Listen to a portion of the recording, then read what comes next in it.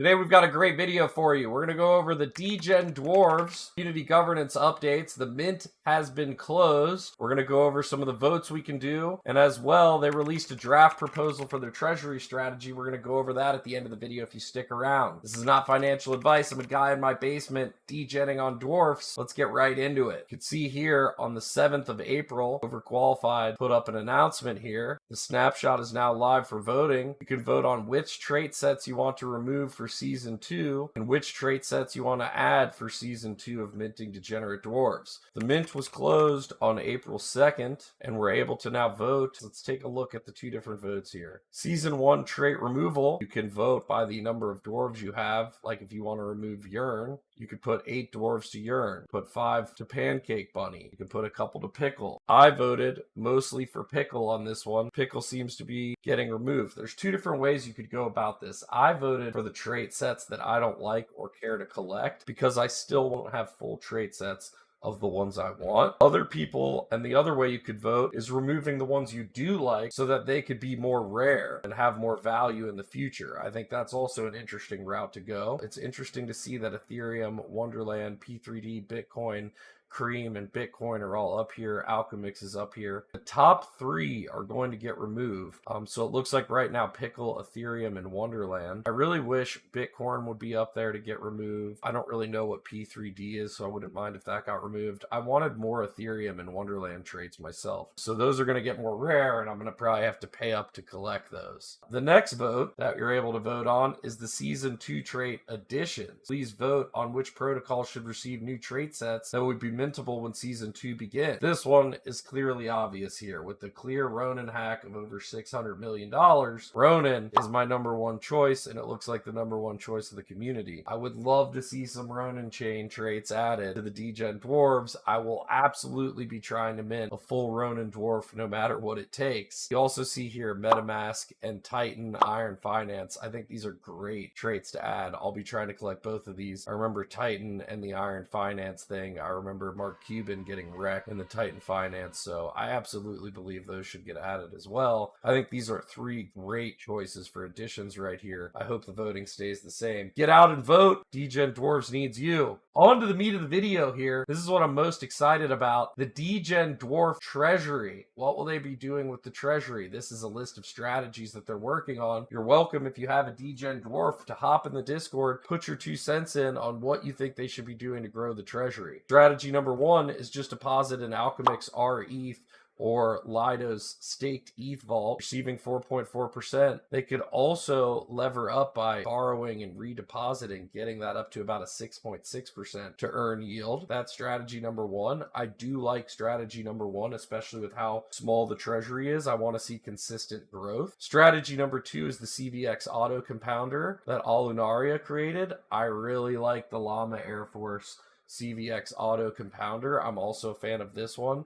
I am doing both strategy 1 and 2 in my personal finances, and also with the Lucid Guild. Vault that collects CVX bribes and automatically compounds them into more CVX curve. CVX is central to the curve wars, with many new whales entering the game of rapidly committed CVX accumulation. Eventually, we expect CVX accumulation to be costly and DAOs to look for other alternatives, but that requires CVX to become too costly first. The risk here is there's no ETH exposure. And what I would like to do is actually a combination of strategy 1 and 2 here. I would like to deposit into Alchemix ETH or ST ETH vaults and borrow against it, but not to lever up into more of that, but to actually combine with more of these strategies down here. I think number 2 is one of those strategies that I would like to do. Strategy 3, Dopex and the DPX ETH LP farm. This is very interesting. Dopex is where you can do like option strategies, right?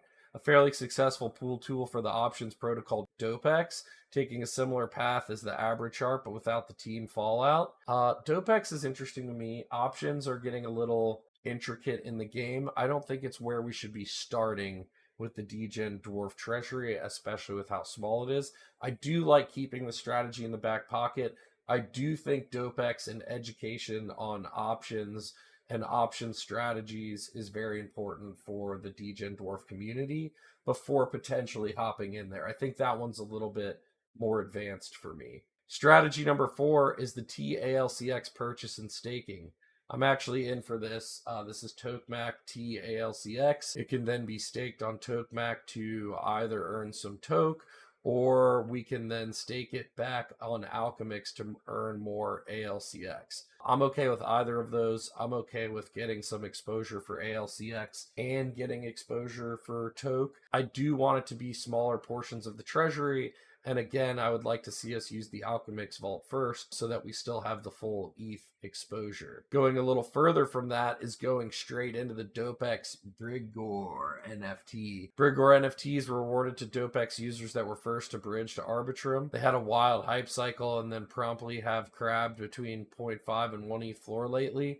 Dopex team has promised future utility but is focused on other things right now. This will be a bet that attention will return to the bridge or eventually. Getting stuck with a liquid NFT is the risk. Technical hurdles need to verify we can use Arbitrum and purchase and sell NFTs through the treasury address. I know we want to do some NFTs if it's cheap enough, maybe using some of the borrowed funds from Alchemix. I could see doing that. I need more clarity from the team over there, exactly what they're going to be worth and how that's going to work out. Strategy 5, GMX GLP staking. GLP is a basket of assets used on the GMX options leverage. I'm already out on all this. This is just too complicated. People need to know more about what's happening here. The basket is 38% ETH, 17% Bitcoin, 40% stables, and a few other assets. I mean, that's not bad. Staking GLP earns 40% APR, 20% of which is paid in ETH, and the remainder of which is paid in the native token. Exposure to stables of ETH moons. This is very interesting. I would like to learn more about this before we do it. Maybe not an initial strategy, or maybe just a small portion of what we're able to borrow. Looks like we've got 13 ETH or so for this treasury, so let's just say 6.5 Ethereum after borrowing out of Alchemix, so maybe 2 here, 2 ETH in the CVX auto compounder, 2 ETH into tALCX and ALCX and tOCMAC exposure, maybe an ETH on the Dopex NFT, and an ETH into this GMX GLP staking. Frax is one of the upcoming leading stablecoins. I am interested in Frax exposure as well. Looks like Big Dick Bandit needs to fill this out a little more. Exposure to stables of ETH moons. Technical orders none, 8 to 100%. Frax is one of the upcoming stables, and they're showing some of the highest, ranging from 8 to 100% depending on lock time frames. FXX holdings. I don't like long locking time frames, but that's just my personal opinion on this. In the end, I think this is very interesting. What Degen Dwarfs is doing, not only with they're already giving governance and voting to traits, as well as we're going to vote on what to do with the treasury, I think this is huge. I think it's an important step forward.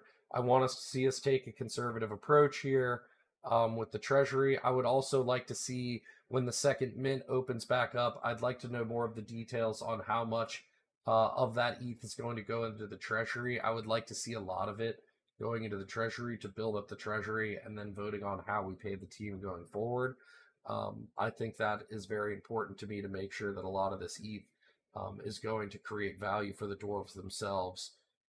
But I really like this project. I'm in it for the long haul. We'll see you guys in the next video.